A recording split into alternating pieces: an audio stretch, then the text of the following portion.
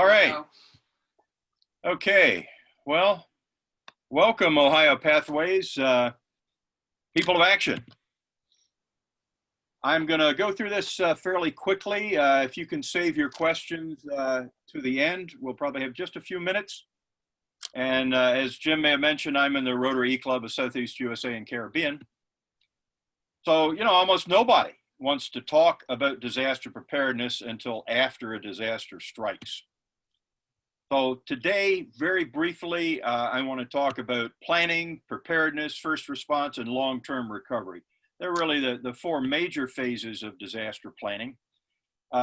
In looking at where things stand kind of everywhere in disaster preparedness, generally 50% of people in any geographic area are not prepared for anything. Most Rotary clubs are without a plan. I'm trying to get the, there we go. And most districts have weak disaster plans, if any.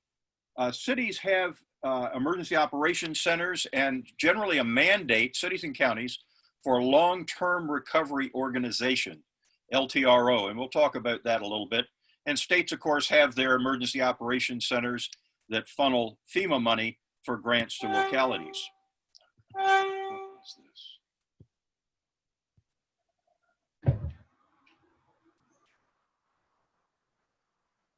Okay, as I mentioned, planning, preparedness, mitigation to try to reduce the effects of things, first response, and long-term recovery is really where Rotary is best. Ideally, you would have a district disaster committee that would give clubs guidance and support. Do you know if your district has such a committee? Maybe, maybe not. They used to. Then each club in the district would have a club disaster committee to do risk assessment, develop a club plan. You get your members to buy into that.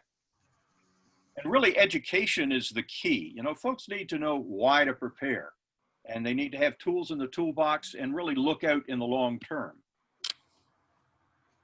The whole concept here is that Rotary clubs would be prepared and fortified to bounce back after a disaster by having their members prepared, and they would take individual resiliency actions so that the Rotary clubs are not just sitting by the wayside waiting for FEMA to help them out, but they bounce back on their own because they've got robust plans and the members planning, so they'll be able to deliver that service above self after a disaster.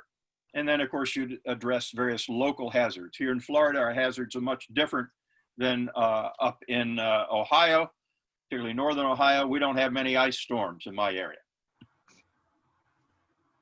So under first response, you know, there are lots of folks that do first response. But every time there's a disaster, all Rotarians want to chip in and do something. So the concept here is help your fellow Rotarians first, and then you're in a position to help the community, complement other responders, and coordinate with your local emergency operations center. Under long-term recovery, which is really Rotary's forte, you have volunteer organizations active in disasters and community organizations active in disasters. These are generally at the state and city or county level. The long-term recovery organizations, LTROs, are mandated by states. Not every city and county has one, even if that's state mandate. And these LTROs are activated after all the first responders, the Salvation Army, the Red Cross, the Baptist and Catholic ministries, all those folks have already left and gone home. There's still people who are in great need, and that's where your LTROs come in. A lot of support from faith-based organizations, United Methodist, Salvation Army, etc. So when you look at your geographic area, wherever it is, do you expect to have smooth sailing during the next 12 to 36 months? Or perhaps there's some fear God, the fog part coming in, where you've got, in our area, hurricanes, or out in parts of Ohio, flooding of the fields, all right? In fact, some scientists are even talking about a Category 6 hurricane. Right now, they only go up to Cat 5, but there's some hard scientific evidence that says maybe we better be thinking about Cat 6. far as hurricanes go, for those of us that are in zones affected, and really even Ohio can be affected by the aftermath with heavy rain, flooding of crops and things. There we are, 10 August, on the slope to the peak of severe storms and hurricane season.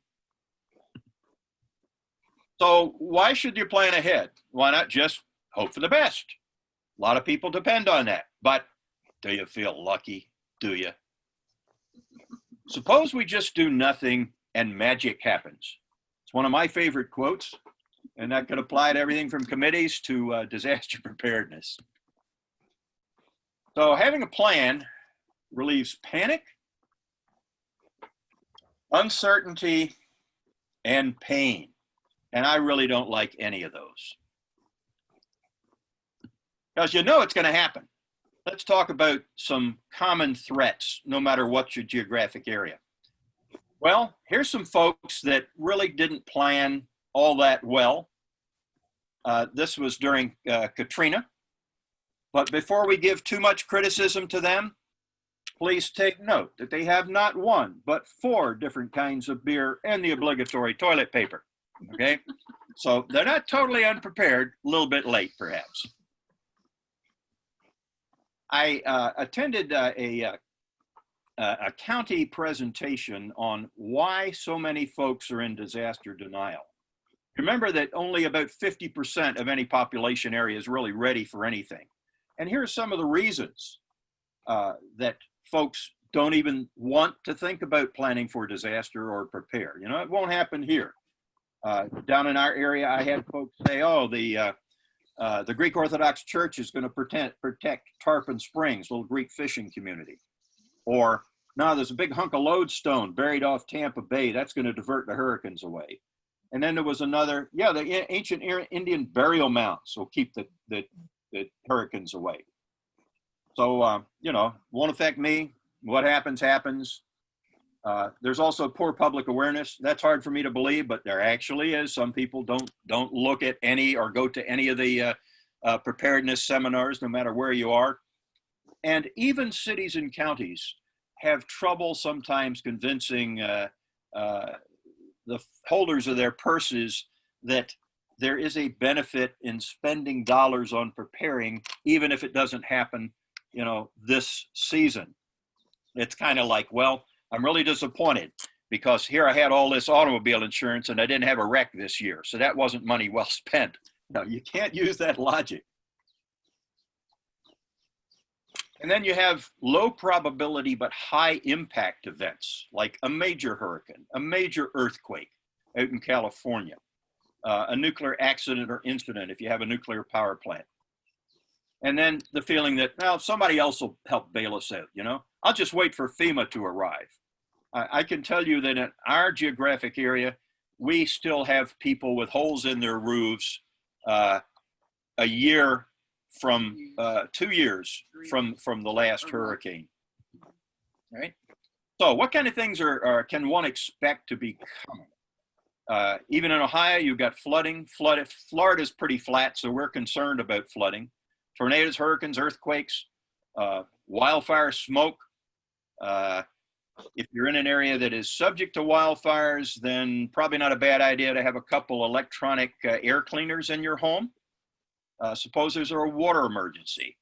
We had a major water main break that took a third of our county out right at Christmas time, and everybody was having guests and trying to fix Christmas dinner.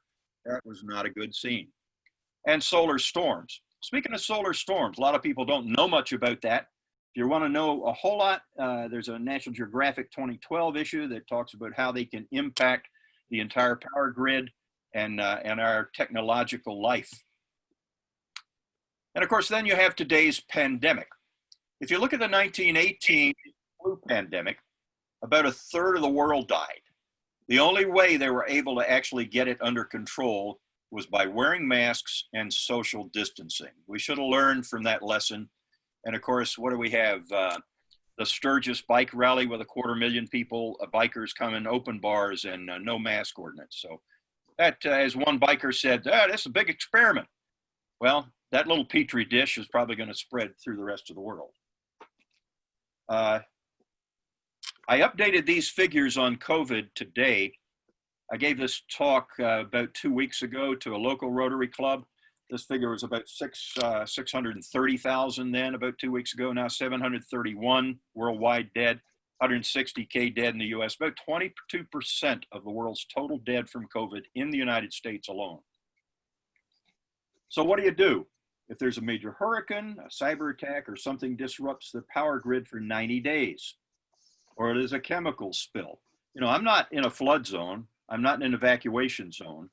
But if there were to be a major chemical spill close by and a cloud of chlorine makes me leave my home, I need to have a plan for that, right? Or, right as we are now, pandemic prevents meeting face-to-face. Our E-Club was the only club out of 49 clubs in our district that was totally unaffected by this pandemic. In fact, we helped train a few others as how to set up Zoom meetings. Or up in the upper Ohio area or parts over in Europe, an ice storm cuts off all deliveries, food, medicine, etc. What's your plan to deal with those things? So you need to have a family disaster plan with 2 disaster kits and a tested evacuation plan, storage for important documents. Communications is generally one of the short links, being able to contact people. Phone lines can be down, even cell phone towers down. You can sometimes get text messages when voice won't work, so you need to plan on that. But there are other, ham radio is really worldwide one of the best methods of communicating in a disaster. And we have tried for a couple of years to identify all those Rotarians who are certified ham operators and work with EOCs for disaster. And you need to do state contact. It's important to preserve important documents, photos, for example. In a thumb drive, scan those to a thumb drive, put things in a safe deposit box, or use your personal water-resistant mass storage device. Everybody has one of those. You probably just didn't think about it. Use double Ziploc bags, put them in your dishwasher or your front load washing machine. You have seen these things tossed out of homes and laying in a farmer's field. They're still locked up and they're waterproof. So don't forget that as a backup. That's one of the hot tips of this little presentation. Okay. You want to preserve those precious photos. There's a couple of me and my beautiful young bride. The one at the bottom, there's my granddad, Elton Willard Miller, standing beside Amelia Earhart before she disappeared. He was director for aeronautics for NACA, the predecessor of NASA. So I want to keep that picture. They're also, for both homes and businesses, they're upgrades and retrofits that don't cost you a lot of money, can significantly increase your survivability and your loss and increase of cost of a disaster. And I'll give you one example. There's something called armor screen. This happens to be the front of my house. There's an armor screen rolled up. I keep it up in hurricane season rolled up, and when I deploy it, you couldn't cut that with a K-bar knife, and it's good to repel flying coconuts at 155 miles an hour. It's important if you're in a high wind zone and you want to really spend your money to good effect, don't duct tape your windows. Don't as a first step, don't even spend a lot of money on replacing windows. Go first for your garage door. That's where 85% of wind damage starts, and the wind comes in, peels the roof off like a sardine can once that garage door is compromised. You might also want to consider alternative power for your either place of business or your home. This happens to be the roof of my house with my 41 solar panels and my 3 Tesla Powerwalls. People tell me, hey, I just bought a Tesla. I said, yeah, I got 3. Well, it's the 3 Powerwalls, not 3 cars, but you know, I've got 42 kilowatts of storage. So long as the sun shines next day, I can run my home. And of course, you can monitor all this from your phone. Here is when the grid went down. I was putting out 4,400 watts of power to my home. I can't emphasize enough in the United States how important it is for you to have at your home and at your business a NOAA weather alert radio with something called SAME, Specific Area Message Encoding. And you can buy those. They're about 35, 40 bucks. It is very cheap disaster insurance. It's dedicated to a NOAA signal. It listens 24/7, tests itself once a week, and can in fact save your life when that tornado is coming at 3 in the morning and your cat is sleeping soundly and isn't going to wake you up. Don't leave home without one of those. Safe rooms. That's the strongest room with the max uprights and no windows in either your home or your office, or a strengthened space, or you can even get a commercial space. So to kind of summarize a little bit, you know, somebody says evacuate, there's a good reason for that. Make and practice your plans. Have 2 disaster kits, one if you stay, one if you have to leave. Reserve documents. Consider upgrades and retrofits. Alternative power, no weather radio, and educate, plan, and prepare. That's the bottom line. Educate, plan, and prepare. We in our District 6950 here in the central Gulf Coast of Florida have straw man plans for clubs and for districts, so we're happy to help. And the good news is you can start doing this today if you haven't already done it, either for yourself, start preparing, or for your club or your district. So that's FAST in a nutshell. I covered a lot of stuff, a few hot tips, and